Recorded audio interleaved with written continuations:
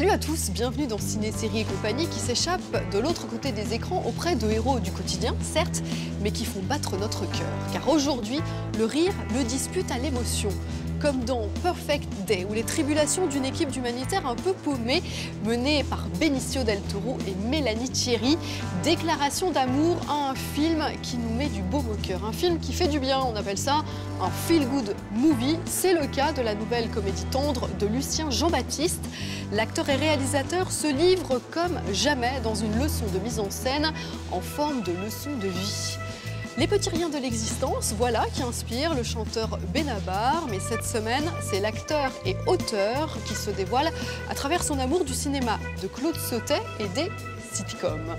Le renouveau des séries passe par l'animation, illustration avec le phénomène Animals.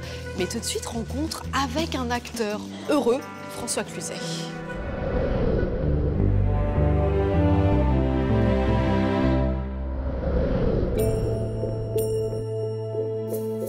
Il a longtemps été un homme torturé, un acteur angoissé. Mais depuis quelques années, François Cluzet rayonne. Un César du meilleur acteur, le succès phénoménal d'Intouchable ont donné des ailes à ce comédien profondément humain pour qui la sincérité est le maître mot. Bonjour. Ah, bonjour. Ça va bien? Ça va vous? Très bien, je peux vous embrasser? Ah, ouais, avec plaisir. Il est d'ailleurs une nouvelle fois totalement convaincant dans Médecin de campagne de Thomas Lilti, dans le rôle d'un docteur gravement malade, obligé de s'adjoindre les services d'une collègue, la douce Marianne Denicourt. Vous avez déjà pratiqué la campagne? Non. En fait, je viens de finir mon internat. Je sais que les études de médecine sont longues, mais alors là, quand même, vous avez beaucoup redoublé, non? Je fais les visites pendant que vous faites les consultations. Non. Par contre, demain, je démarre à 7 h. Si vous voulez venir avec moi, c'est d'accord. L'acteur est donc comblé, mais comment va l'homme? Petit diagnostic. Cher François Cluzet, comment est-ce qu'on devient médecin à l'écran? Alors, comment moi je m'y suis pris, à la différence de Marianne Denicourt, qui elle s'est beaucoup documentée, a rencontré des médecins et tout ça, finalement moi j'ai préféré, parce que je l'avais un peu en moi, dans un tiroir, et j'ai préféré l'imaginaire. Ça planait toujours dans ma famille, l'envie d'être médecin, jusqu'à baratiner d'ailleurs. Mon père se faisait passer pour médecin. Non. Oui. Ah bah, on était dans une famille... Vous savez, quand vous venez du bas, vous avez toujours un petit complexe social. Donc vous n'êtes jamais loin de baratiner en disant que vous êtes là-haut, quoi. Oui, je sais. Je suis en retard. C'est pas les comprimés qui vont vous guérir. Moi, je la connais, la personne qui va vous sortir de là. C'est vous. Merci, docteur. J'enlève le bas. Non. Ça vous est arrivé, comme ça, en incarnant une profession, une passion à l'écran, qui est un trouble, que vous vous disiez ça, j'aurais peut-être pu le faire pour de vrai, ou d'avoir l'impression d'une espèce de connivence entre ce métier que vous exercez et vous-même? Dans la préparation du rôle, parce qu'après, mon job, c'est d'incarner, quoi. C'est-à-dire que moi, c'est ça qui m'a fait plaisir, c'est d'être médecin pendant 2 mois. Et dans les 2 mois, moi, je pense pas aux 2 mois, je pense, je suis médecin. Je fais comme les mômes, je m'y crois. Et comme je m'y crois, je m'amuse beaucoup à prendre l'habit fait le moine. Hein. En plus, moi, j'ai un physique comme ça où j'ai une chance, c'est que si on me fout une soutane, j'ai l'air d'un curé. Si on me fout un bleu de travail d'un ouvrier et un nœud papillon d'un aristo, quoi. Donc ça, c'est une chance. Eh bien, je vais vous examiner. Vous n'avez pas le sentiment de faire les questions et les réponses? Non, tu trouves pas, Nicolas, qu'elle t'a orienté? Qu'est-ce que tu allais dire au docteur Delésia quand elle t'a interrompu la première fois? Parce que t'as dit, les douleurs ont commencé il y a 2 semaines, je ne sais plus comment, mais je me souviens que le soir, j'avais...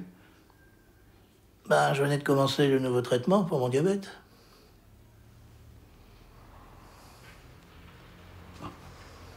Je vais te sculpter.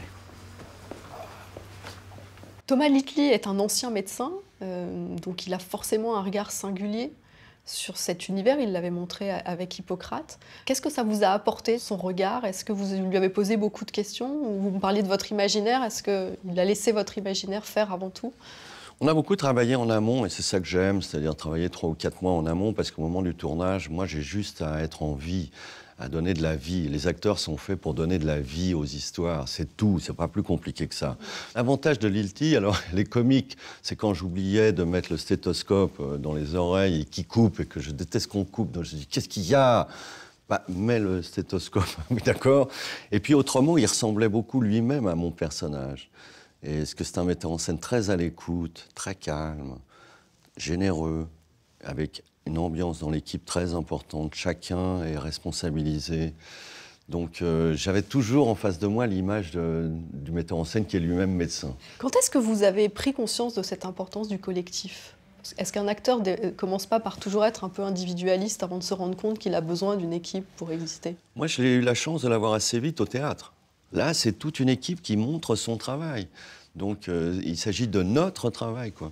Donc, moi, j'ai pris conscience de ça, mais aussi par goût. Parce que qu'est-ce que peut faire tout seul un interprète? Rien du tout. Il lui faut un partenaire. C'est pour ça que j'insistais pour qu'on fasse une lecture avec tous les acteurs, même ceux qui n'ont rien à dire. Simplement pour fondre la glace, de voir comment on se comporte. Et tiens, il est comment lui? Elle est comment elle? Est-ce qu'ils ont la tronche comme ça? Est-ce qu'ils sont généreux? Est-ce qu'ils sont faits pour le collectif? Mais il n'y a pas des rôles qui nécessitent une forme d'égoïsme, de mise en retrait Oh, c'est mêlé, hein. Je ne peux pas vous dire qu'on est, nous les acteurs, des altruistes généreux. Bien sûr qu'il y a de l'égoïsme, mais l'égoïsme, il vient plus sur le fait qu'on nous confie les beaux films. Pendant des années, j'ai fait les films que les stars refusaient. Donc il y a bien une raison pourquoi ils le refusaient. Donc souvent, c'était pas abouti, ils mettaient en scène pas franchement très puissant. Les partenaires un peu de seconde zone et tout ça, là où j'étais moi-même. Donc, ensuite, grâce au succès des deux films de Guillaume Canet, d'Intouchable, bien sûr, j'ai eu la chance d'un seul coup qu'on me propose en premier les films. J'ai attendu longtemps, c'est venu, je suis content. Quand est-ce que vous êtes devenu un acteur heureux?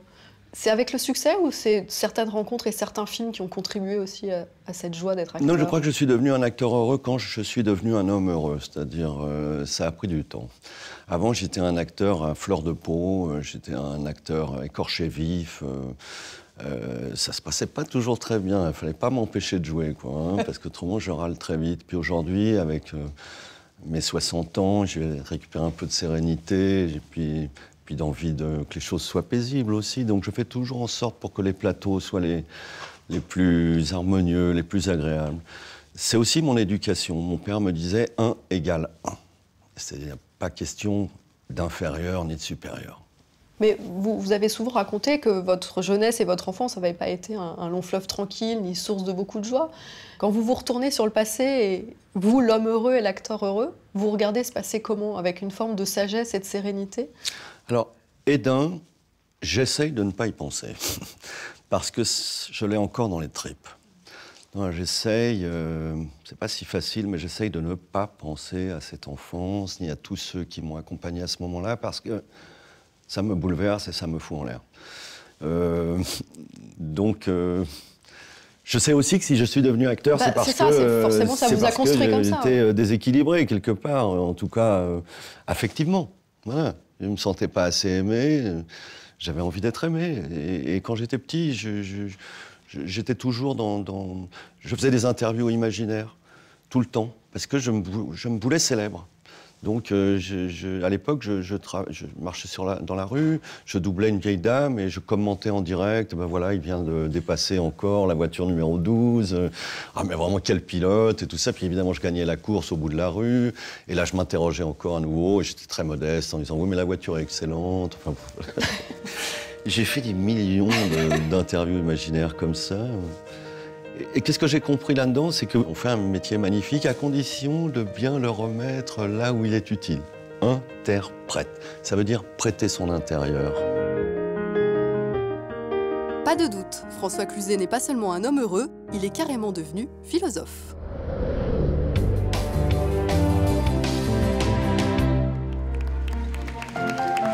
Chère Mélanie Thierry, vous êtes une comédienne talentueuse et trop rare à l'écran, à mon avis. À l'avant-première du dernier film du réalisateur espagnol Fernando León de Aranoa, vous avez visiblement invité toute la famille. Vous auriez eu tort de vous en priver, le film est très bon et vous y excellez. Même l'ambassadeur d'Espagne est dans la salle, tout le monde attend ce film proposé à la quinzaine des réalisateurs de Cannes l'an dernier. Un drame, déguisé en comédie, l'histoire simple de quelques humanitaires en mission dans les Balkans. Et à l'image de ces gens de terrain, le casting est international. Olga Kurilenko, l'Ukrainienne, Tim Robbins, l'Américain, Fejas Tucan, le Yougoslave et Benicio del Toro, le Portoricain.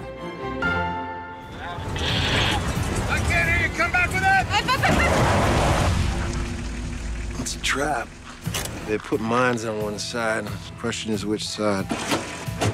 Mr. Cow, is it to the left or to the right? You're skin the cow? C'était fabuleux de les avoir qui me guident comme ça, qui me protègent. Et puis là où c'est vraiment tellement généreux de leur part, c'est qu'ils ouvrent la porte et ils te font croire un peu que t'es un égal, quelque chose comme ça, où ils t'accompagnent, ils te font confiance. Il y a quelque chose où t'as pas besoin de te justifier. C'est sûr, chère Mélanie, Benicio del Toro et Tim Robbins, ça fait chic sur le CV. Et vous, Benicio, un avis sur notre petite Frenchie? It was easy to work with her. For me, I don't know for her. I don't know for her, but for me it was easy. You know, it was kind of fun. You know, she's very raw. She's got her emotions on her sleeve. She can, like most of the best actresses I've worked with. Oh, comme il y va. No, it's true. What? It's a dude. I know it's a dude. You said a corpse on the radio. So? A corpse could be anything. It could be a dog, a pig. Sophie, a corpse is a corpse. A dead dog is not a corpse. She's French. A dead dog is corpse. Technically. Je les regardais travailler. Quand je finissais de travailler, je ne pouvais pas m'empêcher de rester pas loin et d'observer parce que tu apprends énormément avec ces types-là.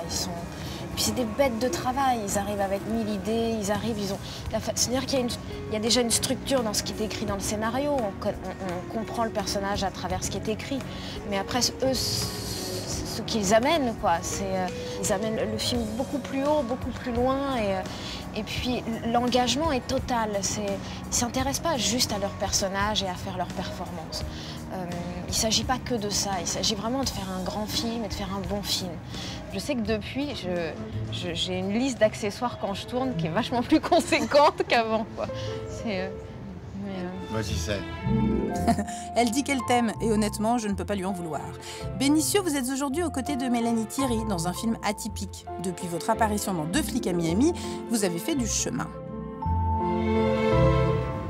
You know, the thing is, like, when we do movies, unlike other professions, we change. Our boss, the director is different. Our co-workers are different. Our offices are different. Where we go work is completely different. So we're always changing. So the enthusiasm is, every time we go to work, it's new.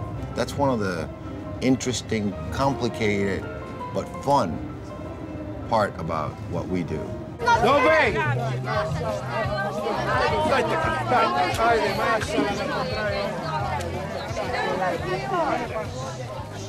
They're taking advantage of him.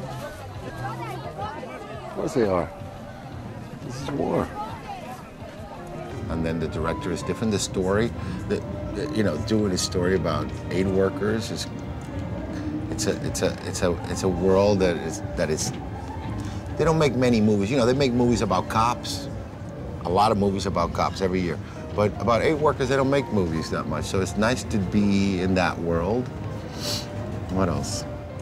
It's exciting, you know, to do movies that are a little bit different than the normal stuff. Je me dis que le tournage aussi a dû sortir des sentiers battus. Un tournage dans le sud de l'Espagne, des fêtes à n'en plus finir, Benicio et Tim debout sur les tables. Je me trompe? C'est à partir du moment où il part du plateau, on ne le revoit pas jusqu'au lendemain, on ne sait pas ce qui se passe. Solitary Wolf. Yeah. Il est comme ça. Donc on n'est pas dans un truc de groupe après le tournage, quoi. On est vraiment dans le travail. C'est une bête de travail, quoi. Il ne pense qu'à travailler en permanence. Mais ensuite, il y avait une vraie connexion. Et puis le film, on l'a tourné sur plusieurs mois. On a pris le temps de le faire. Et puis on est en vase clos. On était juste ensemble dans une voiture pleine de poussière. Don't believe it. Hein? Don't believe it. Ouais. No, I don't know what you say. Bon les enfants, je vous laisse entre acteurs heureux d'être devenus partenaires le temps d'un film, visiblement très complices dans la vraie vie. Toutes mes félicitations à Fernando León de Aranoa qui a eu l'heureuse idée de vous réunir, que les metteurs en scène s'en inspirent. La diversité au cinéma, c'est toujours productif.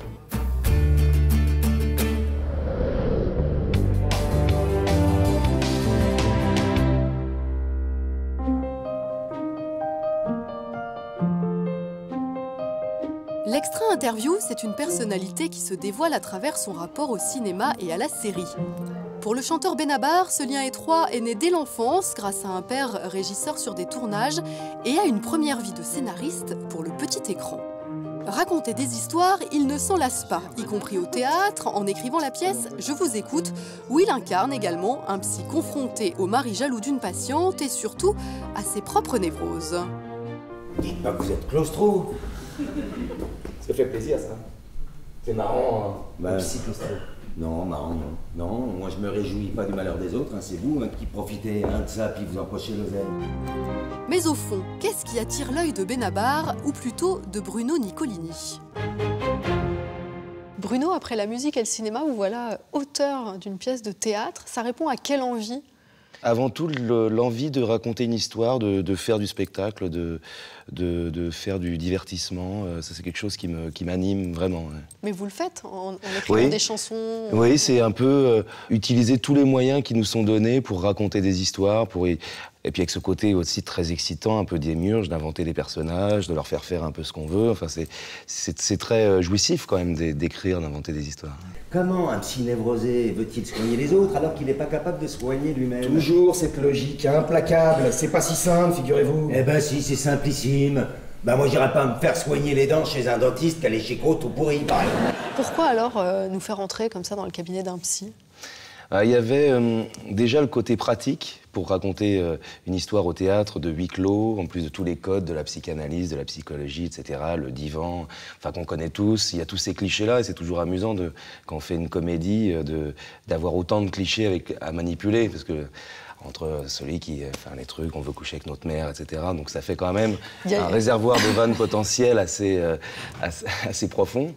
Et la confrontation entre ces deux personnages, qui est aussi le centre de l'histoire, mais que ça aurait pu être un gars de droite, ou un gars de gauche, un riche et un pauvre, enfin, tout ce qu'on veut. Il y avait aussi cette volonté de mecs de gars qui n'ont rien à faire ensemble et qui vont se découvrir. Le duo à la sortie, justement, il y a eu des films géniaux qui reposaient là-dessus. Est-ce qu'il y en a qui vous restent en mémoire? C'est sûr que là, on pense beaucoup au film de Weber, à l'emmerdeur. Il y a ce duo bien connu, qui est le principe des body movies et de plein de comédies, de personnes que tout oppose et qui vont se retrouver à cause d'une situation. Non, je sais que j'ai fait le bon choix, mais bon, j'ai perdu du temps, quoi. J'aurais dû vous écouter avant. Vous aviez raison quand vous me disiez que mon mari, c'était plus un obstacle. Mais revenons à votre mère. Votre père était régisseur de cinéma? Oui. Donc vos premiers souvenirs de cinéma, ils sont sur des plateaux ou ils sont devant un écran? Ils sont sur des plateaux, mais vraiment le côté technique était plus lié au côté spectaculaire des camions, de tout ce truc-là, qu'au côté vraiment artistique des acteurs et de l'histoire. Après, mon premier choc, ça a été Vincent, François, Paul et les autres. Ça a été vraiment une révélation, je m'en souviens très très bien. Ça a changé ma façon d'aborder mon avenir, quoi. Vous sauriez dire pourquoi? C'est quoi? C'est l'écriture? Je crois qu'il y a l'écriture, d'où d'ailleurs mon envie d'être scénariste, parce que Sautet, c'est devenu mon modèle depuis. Il y a cette histoire d'amitié qui est quelque chose moi, qui m'intéresse beaucoup, que j'ai beaucoup raconté dans les chansons. Et puis l'écriture, ce fait aussi de parler de deuxième rôle, c'est un truc qui m'a toujours fasciné chez Sautet. On a l'impression que dans tous ses films, il a retiré l'acteur principal. Vous avez commencé comme scénariste pour la télévision. Comment vous êtes arrivé à l'écriture de séries? De séries par des copains scénaristes avec qui on écrivait un film, à l'époque pour Éric Lartigot, qui ne s'est pas fait, ça c'est il y a quasiment 20 ans maintenant. Et Jean-Paul Battani, qui était scénariste des Guignols. Puis comme on était copains, il nous a fait faire un essai sur H, et puis on a été pris. Voilà, donc on a été pris, on était virés avec mon copain Fred au premier épisode. Après, on a été réintégrés. Et pourquoi vous avez été bien? Parce qu'on s'était engueulé avec le producteur. Et puis après, on a fait toutes les saisons, quoi. Donc ça s'est bien terminé. En fait. Et qu'est-ce qu'on apprend alors avec une expérience comme celle-ci? Ce qu'on apprend, ce qui est essentiel et malheureusement, ce que trop ne connaissent pas, c'est à virer des choses, à déchirer des pages, à retirer des répliques. Parce que ça, comme c'est quelque chose d'industriel et c'est de la vanne, si ça fait pas marrer les acteurs ou les autres, il faut le retirer. Et ça c'est quelque chose que j'ai vraiment gardé. C'est-à-dire que moi, je peux jeter une chanson à la poubelle en une seconde, y compris pour les répliques. S'il y en a une qui marche pas, je passe une semaine à en chercher une autre. Ça m'a vraiment appris ça, la série. Très honnêtement, vous regardiez des séries françaises ou pas? Ouais, j'en ai regardé pas mal. Même si j'avoue que je regarde plus les séries anglo-saxonnes, notamment américaines. Ouais. Alors lesquelles? Est-ce que vous êtes ce qu'on appelle un accro aux séries?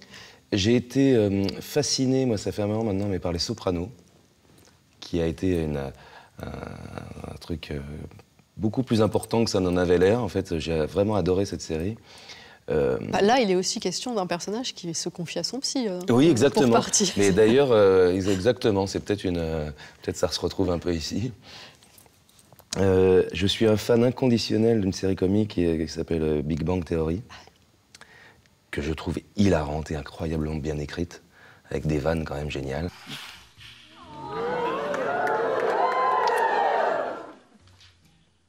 I'm sorry, but this is a litigious society. I'm gonna need verbal consent. Yes. You know, let me pull a quick contract off the internet. Je suis un amoureux de la vanne. Certains n'aiment pas trop les vannes. Moi, j'aime bien les blagues, quoi. Et même quand elles sont un peu connes, quand elles sont un peu grivoises, une bonne blague, je trouve qu'il y a quelque chose d'assez sublime dedans. Il y a quelque chose d'assez héroïque dans une vanne, je trouve. Et au cinéma, vous allez chercher quoi? Tous les genres, ou vous sentez que quand même vous revenez à certains styles ou à certains réalisateurs? Ben oui, je m'aperçois que j'ai pris un coup de vieux, à vrai dire. Je me suis rendu compte que je me suis quand même endormi devant Transformer en 3D avec mon fils. Donc à fond, avec du son plein la gueule, j'ai réussi à m'endormir. Donc ça m'a quand même foutu un énorme coup de vieux. Non pas que je regarde que des films purement intello, mais... Et vous auriez envie de les initier à quoi, vos enfants? J'essaye. Alors déjà, on a réussi le passage à De Funès, qu'ils adorent. Là, j'ai essayé hier de leur mettre Max Linder. Ça a été un échec retentissant. Et donc, on a remis un De Funès. Amoureux de la vanne et des grands comiques, Benabar a bien assimilé ses classiques. Drôle et pleine d'autodérision, sa pièce a bien plus de vertu qu'une séance chez le psy.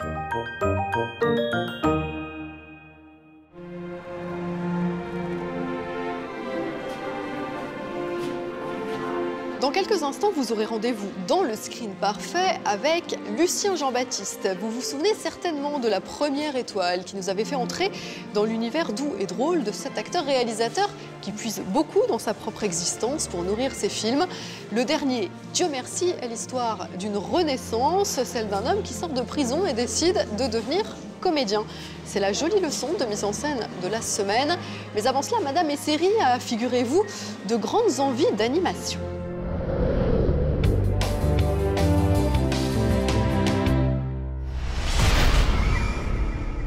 Avenge them.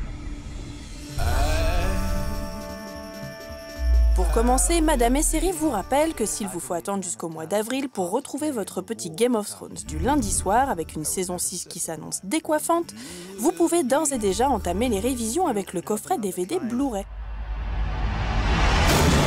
En bonus, du making-of, des scènes inédites et une analyse avec des historiens sur les sources d'inspiration du Trône de Fer. Et maintenant, changement de décor. Oh no. No. No. We can't go. I can't go in there. No, Mom. Cette semaine, Madame Esseri vous donne 5 bonnes raisons de regarder Animals, un ovni télévisuel fraîchement atterri sur HBO.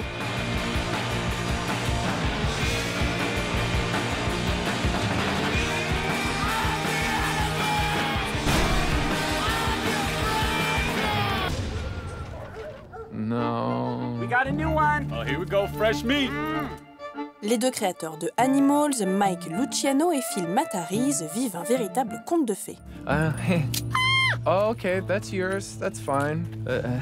Ils n'ont pas leurs entrées chez HBO, ni donc le connu à la télévision, et ne doivent l'achat de leur série par la chaîne câblée qu'à la fraîcheur du programme et à son humour.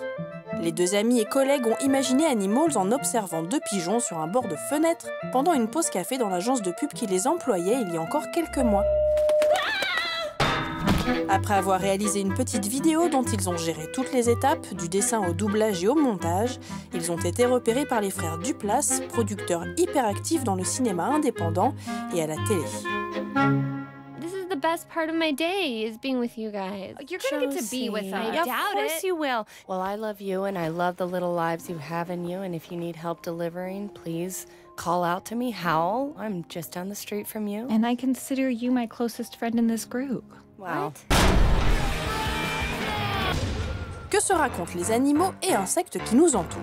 Whoa, whoa, whoa, whoa! Ladies and gentlemen, please welcome to the stage my friend and yours, Ella!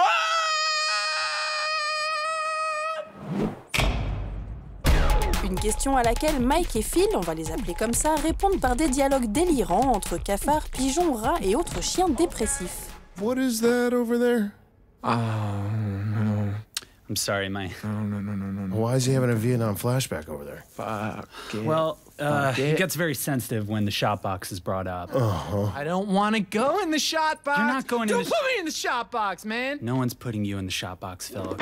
Plus humains que jamais, ces personnages étonnants nous ressemblent jusque dans les moindres détails et nous rappellent que parfois la vie est une sacrée comédie. All right, Jacob, come on, you can do it. Come on, honey. Oh. Hey, Megan, Go hey. Hi. Jacob, your dad's here. Will you please go talk to him? He's so nervous. He threw up before. Oh, It's okay. everywhere. All right, I'll go try to cheer him up. Okay, thank you, honey. Kids, right? Animals observe le monde et joue de métaphores pour nous faire réfléchir. Comment draguent les chenilles? Les chiens sont-ils tous amis? Les chats domestiques valent-ils mieux que les chats errants? Toutes ces questions d'apparence grotesque trouvent résonance dans notre monde avec un humour sans filtre entre Louis C.K. et Woody Allen. We're doing nap time today, man. I'm messing with you. Why? Oh, don't get upset. Don't get upset. No, okay. I'm sorry. That was a joke. It was a joke. No. I love you. Look at me. I love you. I love you so much. I love you a I lot. just love you so I love you so much.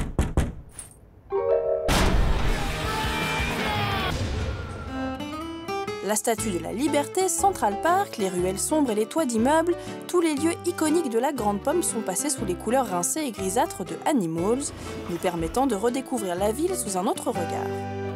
Wow, this place is pretty incredible. This is Central Park. It's a place where anything can happen. Dreams come true. Elle prend un air mélancolique et sombre, loin des lumières et du rythme effréné qu'on lui connaît.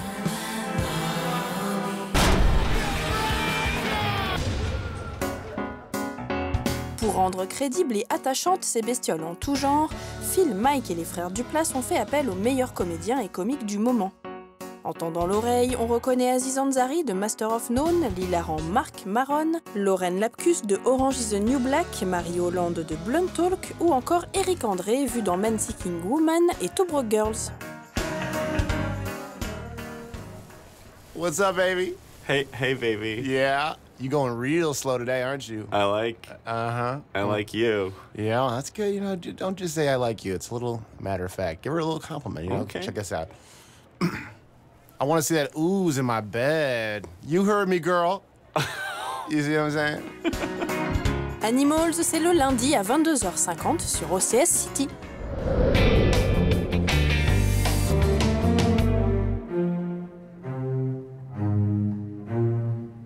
Longtemps, Lucien Jean-Baptiste a tenté, sans force et sans armure, d'atteindre l'inaccessible étoile qui le conduirait sur les planches d'un théâtre. Nous le retrouvons aujourd'hui acteur et réalisateur d'une comédie où le courage, l'amitié, la croyance et le rêve deviennent une tendre leçon de vie.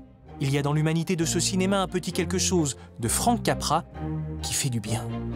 Pourquoi est-ce que tu veux faire du théâtre? C'est un rêve de gosse. Je vais te faire travailler en binôme avec Clément, tiens. Roméo et Juliette. Pourquoi je fais Juliette, moi? Comment ça va, Lucien? Bonjour. Ça va bien, fort bien.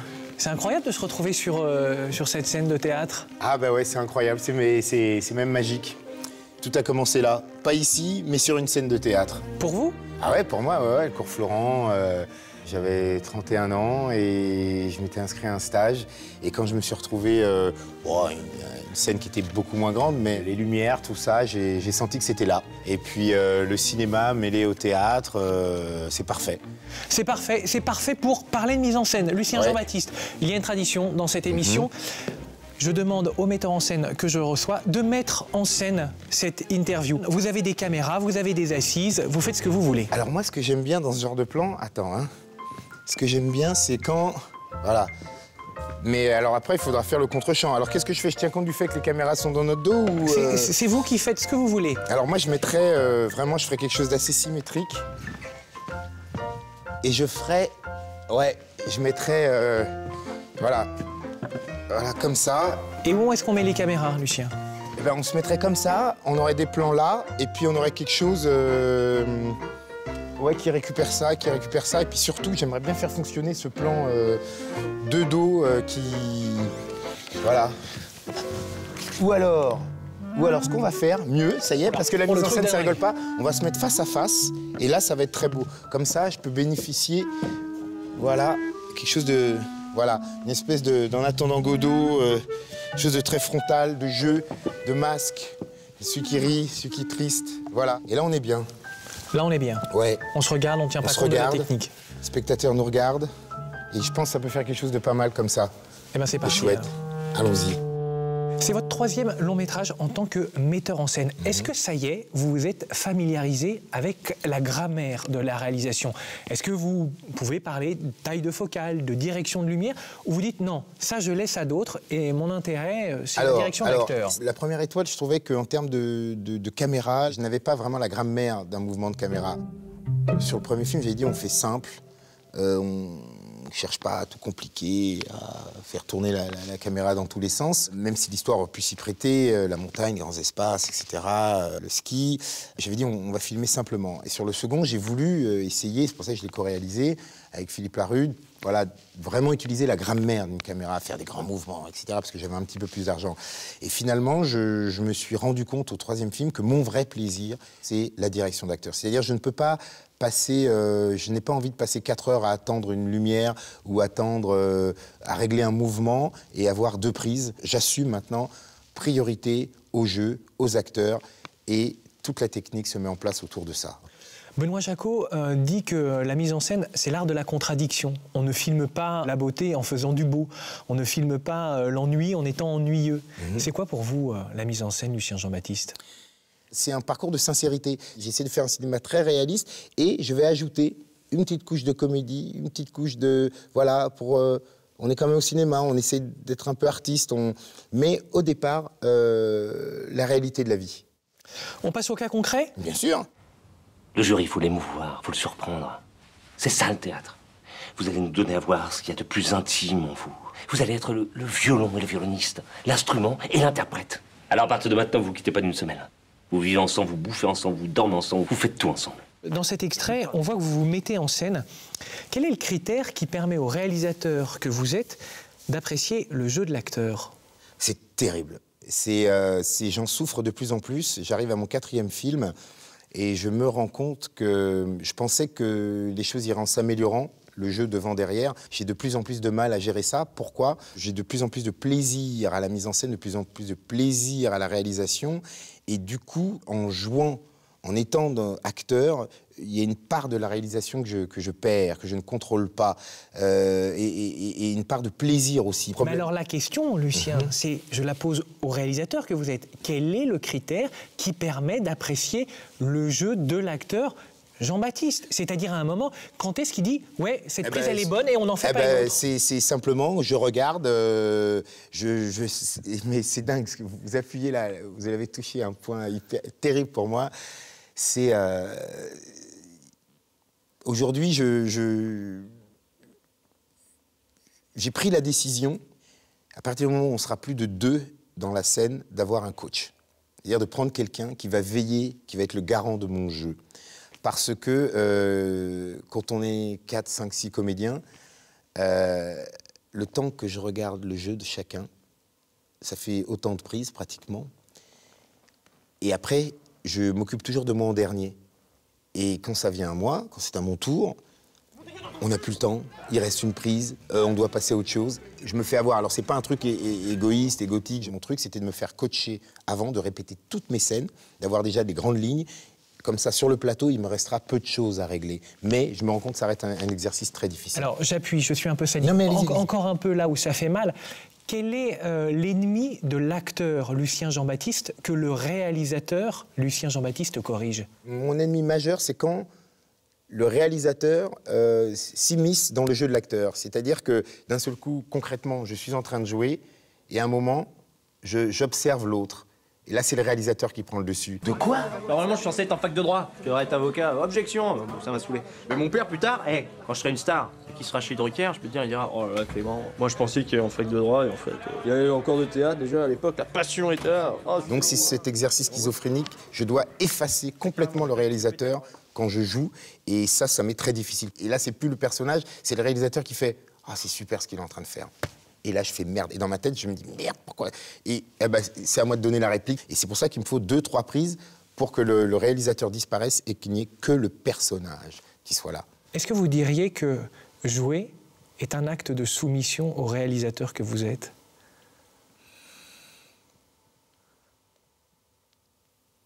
Par moment, il y a de la soumission et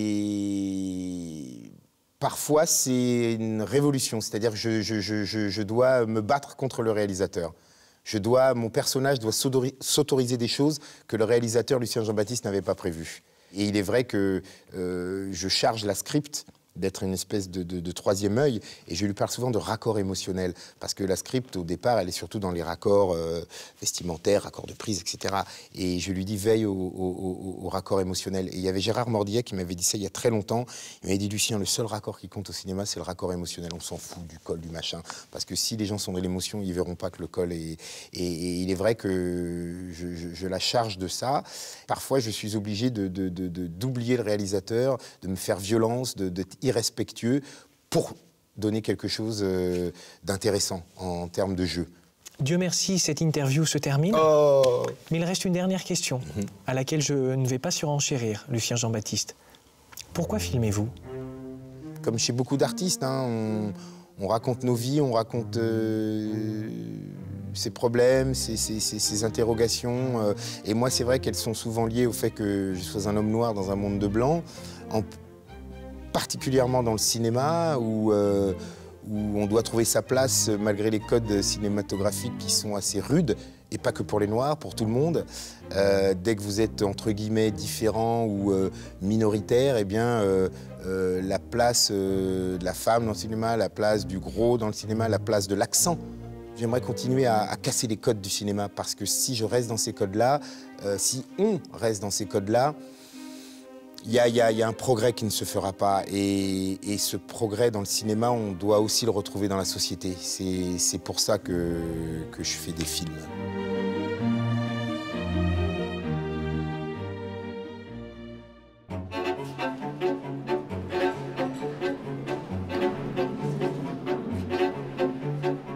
Ciné-série et compagnie, c'est tout pour aujourd'hui. Si vous êtes curieux des clichés qui nous ont accompagnés pendant cette émission, sachez qu'ils sont l'œuvre de Farnel Franco, grand photographe colombien méconnu chez nous, à qui la Fondation Cartier consacre une rétrospective. Cet artiste autodidacte, fasciné par le film noir et le néo-réalisme italien, n'a eu de cesse de capturer les mutations de sa ville. Cali, à la fois violente et précaire, mais d'une très grande vitalité culturelle. Quant à notre coup de cœur cinéma, il va à l'immense actrice britannique Maggie Smith, poignante et hilarante dans The Lady in the Van, l'histoire d'une vieille dame qui vit dans sa camionnette. Sur ce, on vous donne rendez-vous la semaine prochaine pour de nouvelles aventures. Salut!